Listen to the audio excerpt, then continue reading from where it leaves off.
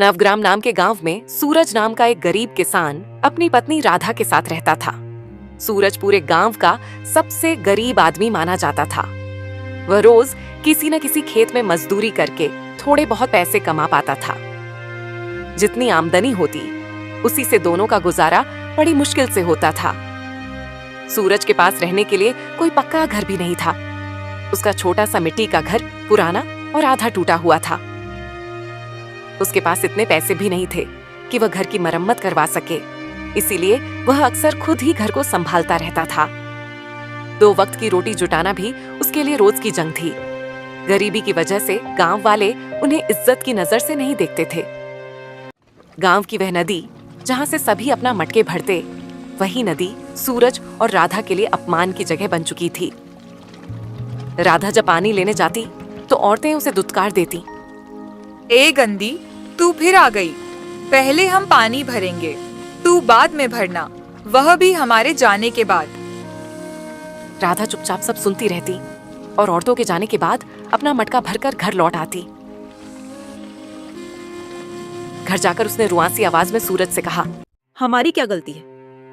बस गरीब होने की वजह से हमें ऐसे बोलते हैं। क्या गरीब होना अपराध है? हमने तो कभी किसी का बुरा नहीं किया। सूरज ने राधा का हाथ पकड़ा। चिंता मत करो राधा, एक दिन यही लोग हमारे घर मिलने आएंगे। मेहनत में देर है, अंधेरा नहीं। सूरज मेहनती था और दिल से बहुत साफ। चोरी बेईमानी उसे छू भी नहीं सकती थी। इसी बीच बरसात का मौसम आया। एक रात बहुत तेज तूफान और बारिश शुरू हो गई। सूरज का कच्चा घर चरमराने लगा। मुझे लगता है छत कभी भी गिर सकती है। सुनो, जो जरूरी सामान है उसे बोरे में भरकर तुम्हारे चाचा मोहन के घर रखाते हैं। उनका मकान तो पक्का है। राधा घबराकर बोली। दोनों ने जल्दी जल्दी सामान बोरे में भरा और मोहन चाचा के घर पहुंचे। सूरज ने दरवाजा पीटा। चाचा, जरा दरवाजा खोलिए, बड़ी मुसीबत है। मोहन बाहर आए। क्या हुआ इतनी रात में? चाचा, घर गिर सकता है, थोड़ा सामान आपके घर रख दूं? ना, मेरी बहू मुझे खूब डांटेगी। अपना घर संभालो और जाओ यहाँ से।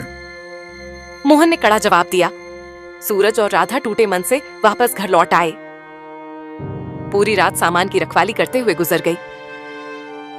सुबह बारिश रुकी, मगर अब काम की तलाश और भी मुश्किल हो गई। कई महीने ऐसे ही बीत गए। तभी एक दिन गांव में अमीर व्यापारियों का एक हफ्ते का मेला लगा। शहर से कई व्यापारी अपनी गाड़ियों में मेला देखने आए। ऐसा ही एक व्यापारी दिवाकर सेठ अपनी बड़ी गाड़ी में गांव पहुंचा। अचानक तेज बारिश शुरू हो गई और कीचड़ में उसकी गाड़ी बुरी तरह धंस गई। उसने कई गांव वालों से मदद मांगी। भाइयों, मेरी गाड़ी निकाल दो, बहुत फंस गई है।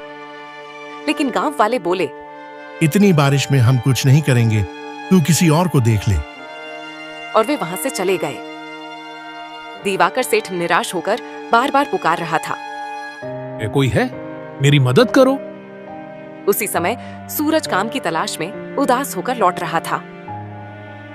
उसने गाड़ी फंसी देखी और मदद करने पहुंच गया। साहब, क्या मैं आपकी मदद कर सकता हूं जी? सेठ की आंखों में उम्मीद चमक उठी। अरे हाँ भाई, मैं तो कितने समय से बुला रहा हूँ, तुमने आकर दिल खुश कर दिया। सूरज पीछे से जोर लगाकर धक्का देने लगा।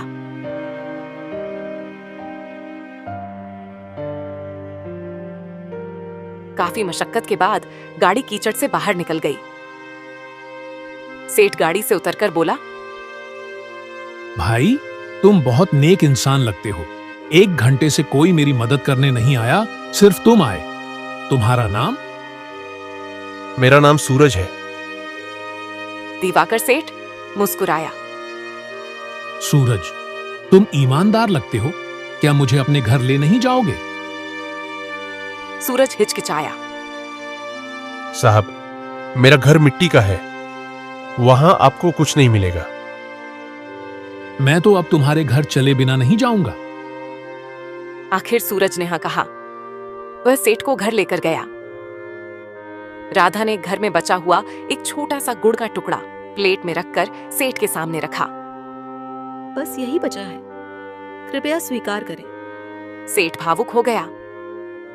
सूरज, तुम काम ढूंढ रहे हो ना? अगर चाहो तो मैं तुम्हें शहर में काम दे दूं, रहना भी वहीं होगा। मैं तुम्हें नया घर दिलवा दूंगा। सूरज और राधा की आंखों में चमक आ गई। साहब, क्या सच में? हाँ, ईमानदार और मेहनती लोग कम मिलते हैं। कई गांव वाले इस खबर पर विश्वास नहीं कर रहे थे। कुछ दिन बाद दिवाकर सेठ अपनी गाड़ी लेकर सूरज के घर आया। चलो सूरज, सामान बांध लिया है ना? सूरज और राधा सामान लेकर गाड़ी में बैठ गए। गांव वाले आश्चर्य से उन्हें देख रहे थे।